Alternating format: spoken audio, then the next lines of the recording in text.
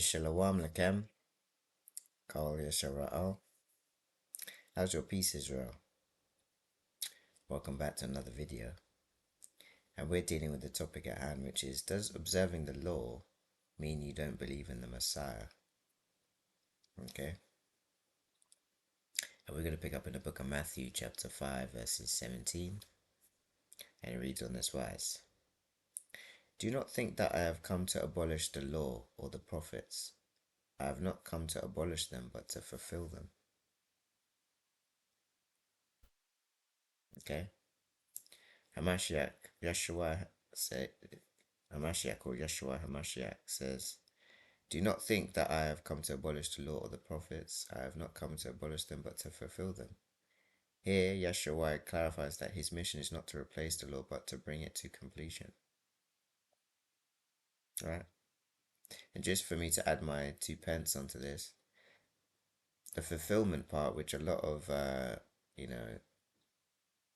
people hold this idea that the fulfilling is that he's observed it for us, that we don't need to do it.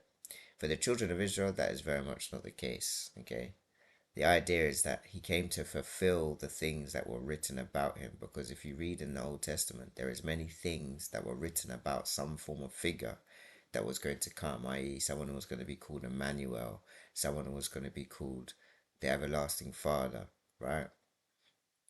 These are the things he came to fulfill, because there were things written about him coming. That was what his fulfillment was. Not that you weren't supposed to observe the law. He says himself that he's not come to abolish the law. So once you read the part where it says he hasn't come to abolish it, that's it. There's no need for anyone to be arguing about whether you should observe the law or not. It's plain. That's to the children of Israel, I'm saying.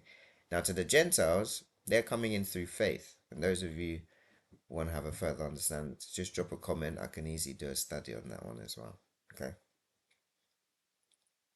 All right. We're now going to go into the book of Romans, chapter 3, verses 31. And it reads on this wise. And this is Paul speaking to the Romans. Even though he's speaking to Gentiles, right? This is still applicable. And he says, do we then make void the law through faith? Right? And he's speaking to Gentiles here. So he's even instructing Gentiles that just because you're coming through faith doesn't mean that the law is useless to you. The law is righteous. Why would you not want to observe the law? The law has righteousness built into it. So why would you not want to observe the law? That's like you just choosing not to. That's disobedience. That's someone that is going against the Father's instructions. You see what I'm saying? The only reason why the law is not forced upon the Gentiles so much because they didn't know it. It wasn't in their culture. So when you hear Paul saying, "Do we make void the law through faith?" He says, "God forbid." Yeah, we established the law. Okay. Paul explains that the faith in the Messiah does not negate the law, but it reinforces its moral and spiritual principles. Okay. So the children of Israel, they were never told not to observe the law. The Gentiles, that was the difference. They were supposed to come through faith and hearing. Then when they have had milk, then they start eating meat, right? That's just typically, if you're going to educate someone, you first go from the known, then you go to the unknown. They didn't know the law, so you don't start telling them, oh, you need to do this, that, and the other. It's not, first, start with the easy thing. They first believe, right? They first need to believe in the Messiah, the testimony of Hamashiach. Once they believe in the testimony, then they can start dealing with the meat, which was the things that was in the law. Because the Mashiach, he observed the law. So why wouldn't you? Because he's the way, the truth, the life, right? He observed Passover, so why wouldn't you?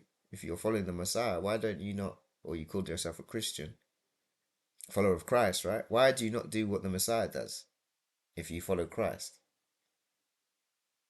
Shaitan has managed to deceive and make people think that there's nothing required for us to do, right?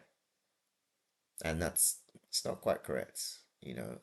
Yes, if someone has lived wickedness all his life and it's like in the last hour of his life, Is there a possibility that he could be saved if he all of a sudden started believing in the Messiah in the last minute? Yeah, there could be a potential chance in that. That's why the scriptures are written like that, so that those that literally have not known anything about the Messiah in the last dying minute, right? They have that ability to be able to repent and to change.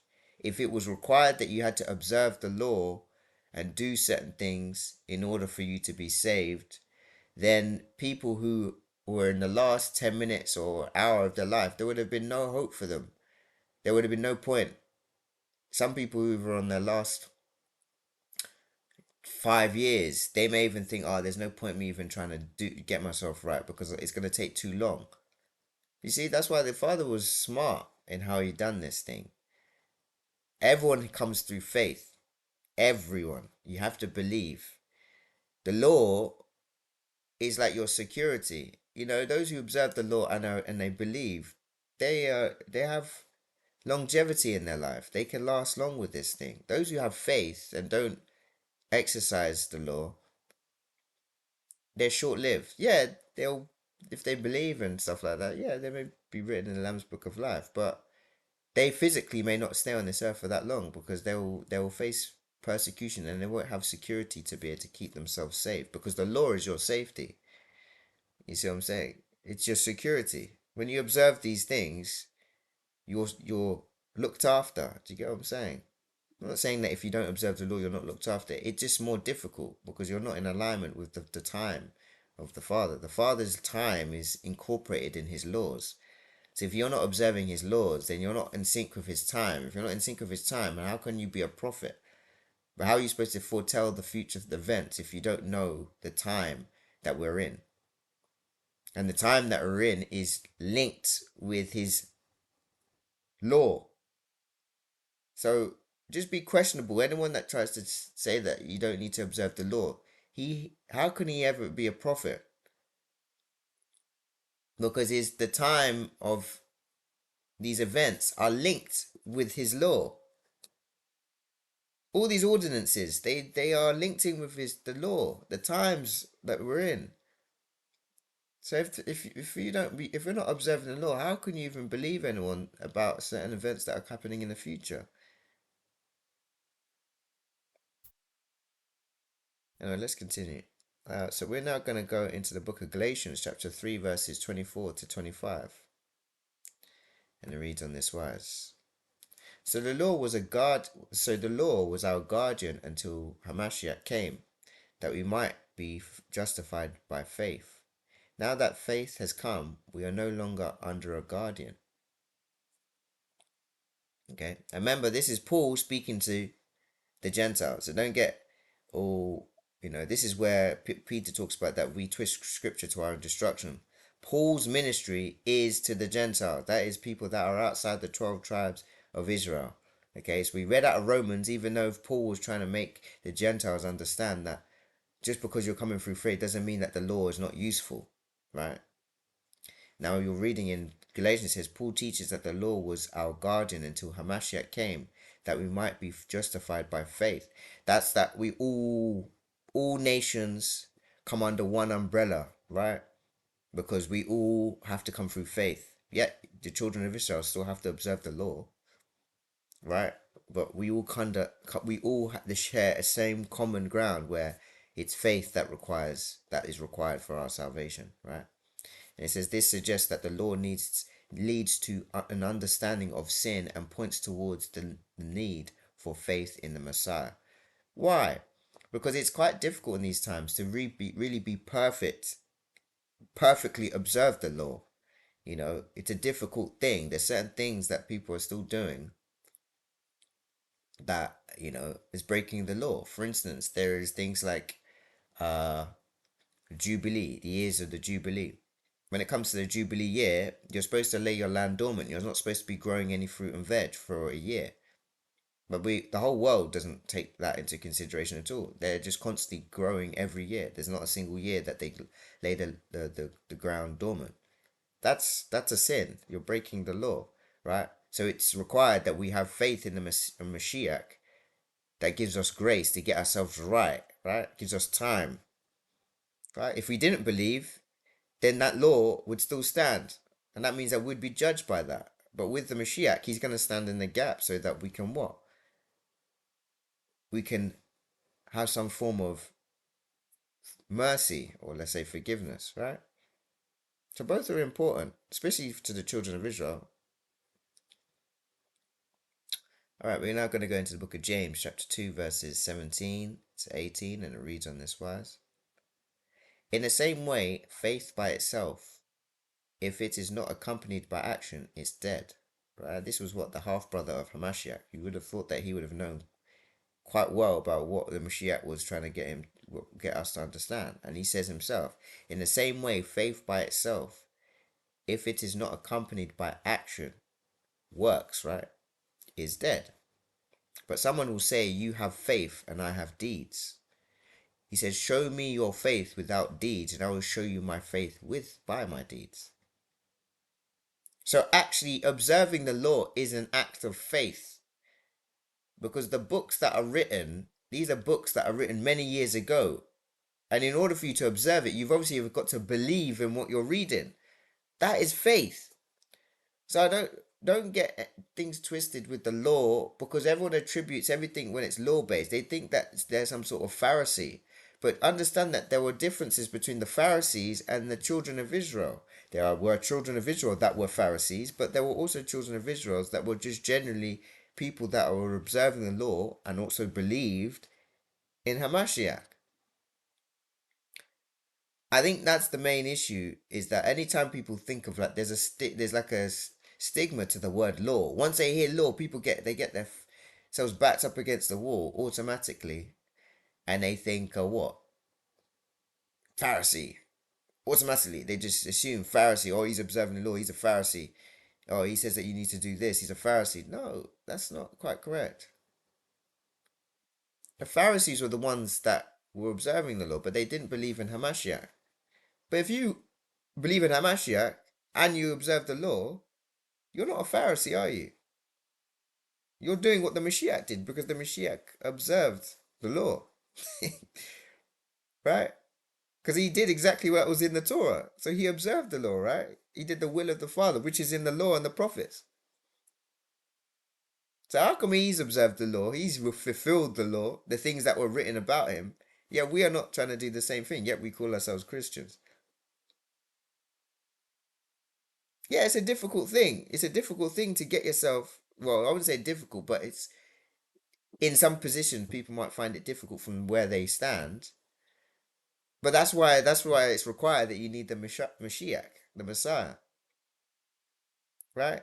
So he gives you grace, gives you time, gives you the ability to correct yourself. So we're not every day thinking that, oh, we're breaking all these different laws. There's no point in me even trying. No, the Messiah say, no, I am the way, the truth, and the life. I'm giving the ability through the Spirit to get yourself right before I come back.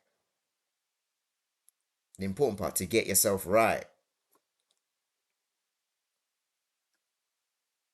Okay, so that was James. Faith by itself, if it is not accompanied by action, it is dead. James is emphasizing with faith and works go hand in hand, indicating that righteousness or righteous behavior, which includes observing the law, can coexist with faith in the Messiah. And that is really the objective, is that we are supposed to be observing the law with faith in the Messiah. Not a Pharisee who doesn't believe in the Messiah but just observes the law and adds his own laws. Right? We need to get this right, Israel. This is the bit that we're lacking. You see? And all this, also the brothers sometimes on the street corners, they're bashing our brothers too hard. You need to wean them in easy. Don't be too harsh with them. You need to meet them where they stand. Don't be too quick to judge and all this sort of stuff. You're not going to win many people over like that, right? You need to meet them where they stand. If they are doing wickedness, right, find out what they're doing well, right? Figure out what it is about them that they're doing well, and then build from that. That's what you're supposed to be doing. You're supposed to build from where they know and take them to the unknown. Don't just all of a sudden start slapping them with all these different things that they're not doing. You're not going to win anyone over like that. You're supposed to be winning souls, not making them run away from the Father. All right, we're going to go into the book of Jubilees, chapter 1, verses 23 to verse 25, and it reads on this wise. And their souls were and their souls will cleave to me and to all my commandments, and they will fulfill my commandments, and I'll be their father, and they will be my children. And they all shall be called children of the living God, and every angel and every spirit shall know. Yeah, they shall know that these are my children, and that I am their father in uprightness and righteousness, and that I love them. And do thou write down for thyself all these words which I declare unto thee on this mountain, the first and the last, which shall come to pass in all the divisions of the days in the law, and in the testimony, and in the weeks and the jubilees unto eternity, until I descend and dwell with them throughout eternity. Okay? And that was the book of Jubilees, and emphasizes that God's laws are eternal and are given to guide Israel in righteousness. Quote, Israel. While it predates New Testament teaching of the Messiah, it suggests that God's commandments remain foundational for living a holy life. So I don't see how anyone could. That's just a wicked spirit, I think, because if anyone was to even read the law, there is righteousness in the law. So I don't get why people don't want to observe the law. It don't make no sense to me. The things that are in the law are very, very good. They're community building principles. I think that's a wicked spirit that's in the church, to be honest. Those that saying that they don't need to observe the law, that's a wicked spirit, because the law itself is righteous. So you're basically saying you don't want to be righteous. That's basically what you're saying. Anyway, First Enoch chapter 91 verses 19, and it reads on this wise. Hold on 1 second. It's 19. 91 verses 19.